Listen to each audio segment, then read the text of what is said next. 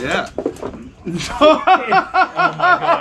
my god. The second one, okay. Is that the second chair? Piggies, so many piggies, they all go scrum to scrum, hand in hand through their mass life.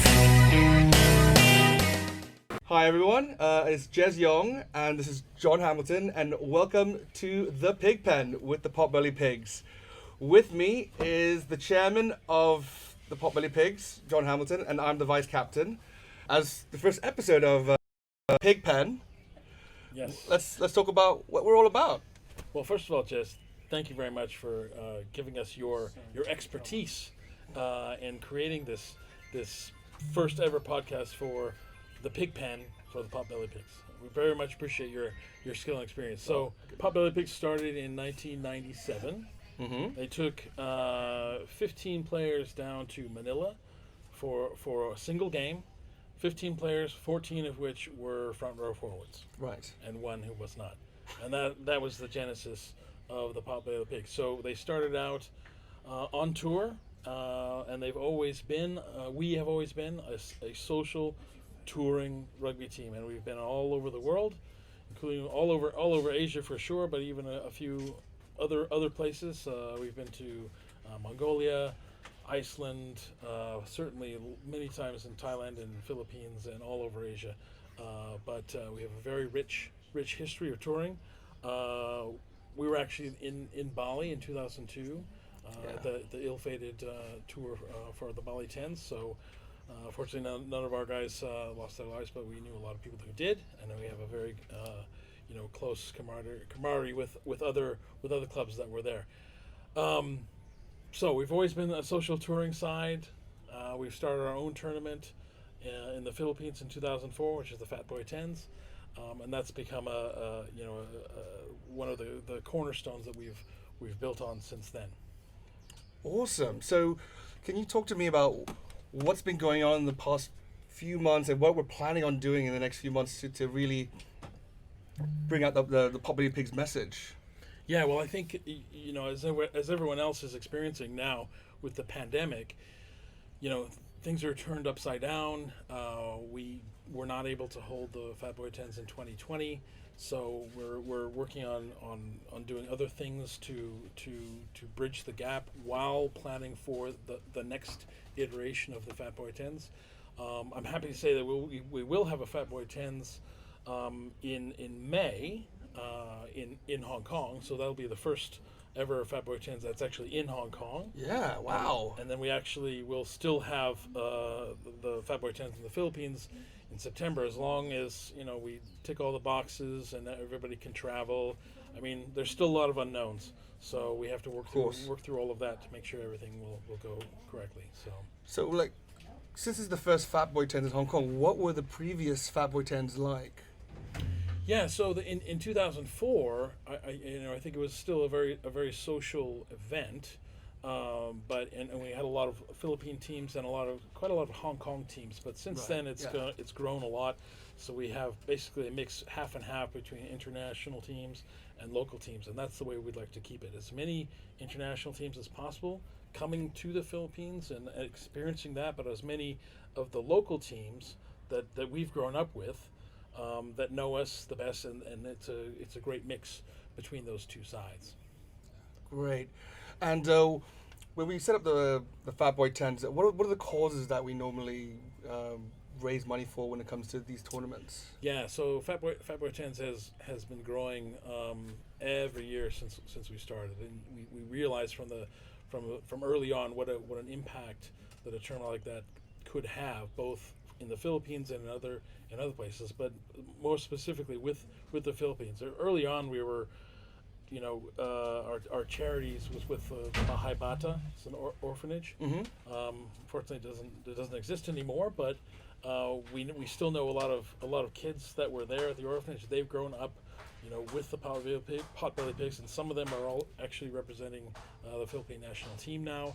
So we're very proud of that association. So May. So what are we expecting for if we are holding it for the Fat Boy 10s in Hong Kong? Yeah, so it's gone through a couple of delays.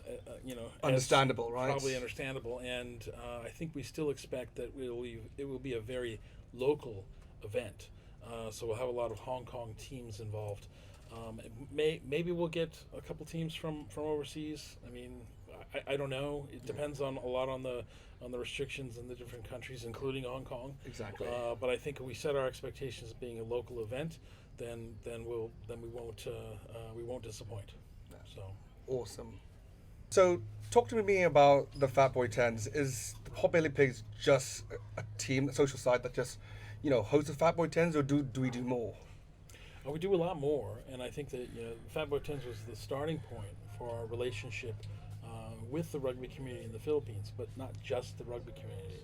So we have a lot of connections there with friends in different organizations. And to give you an example, we started doing a medical mission, about 3 or 4 medical missions a year with the RSL, which is down around Clark, and our medical missions just come down there, help out these medical missions for a weekend about 3 or 4 times a year, and then we help as much as we can. In the Philippines, where we hold the Fat Boy 10s, do we have any affiliated clubs, or do we help out, or kind of more of an inclusive kind of thing? No, we've established a relationship with the Clark Jets. Those are our little brothers down in the Philippines in Clark, and we have a very close association with John Bradley, with Overguard, obviously one of our sponsors, who also runs the Clark Jets, and also the Subic Sharks. So that relationship is very strong, and we're going to continue running with that for as long as we can in perpetuity. Yeah, but it's not just those. We also help out other teams as well within the Philippines as well.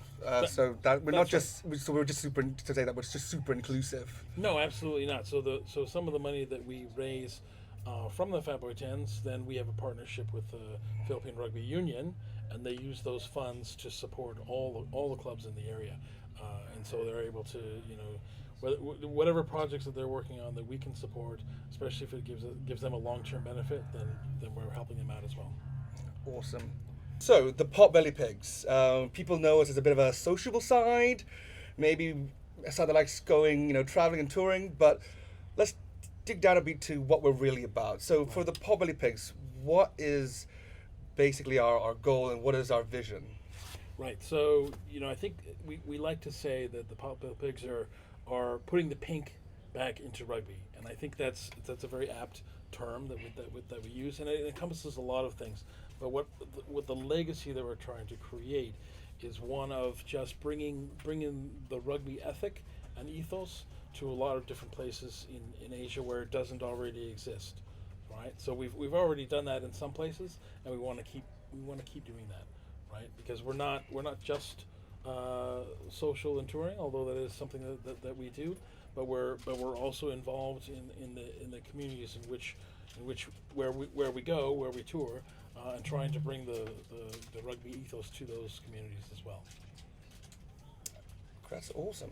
First off, I want to thank Andrew Green, aka PB Texas, for letting us use his roof here in Llama Island. It's a beautiful afternoon, and stay tuned for episode 2, where we'll deep dive into the teams that we've actually been affiliated with to see how much good that we do there. And if you like what you see, like and subscribe in the button below. Thanks guys for tuning in to the Pig Pen with the Pot Bellied Pigs. I'm Yong, and this is John Hamilton, and we'll hopefully see you the next time. See you guys. Cheers. Yeah. Oh my God. The second one. Okay. Is that the second chair? Thank you. Thank you, Ross, because it would have been me. Good, you're right. Say that. Oz is going to be so happy it wasn't him. Me. Oz was so happy it wasn't him, right? It's even funnier for us, Ross. Plastic just went up my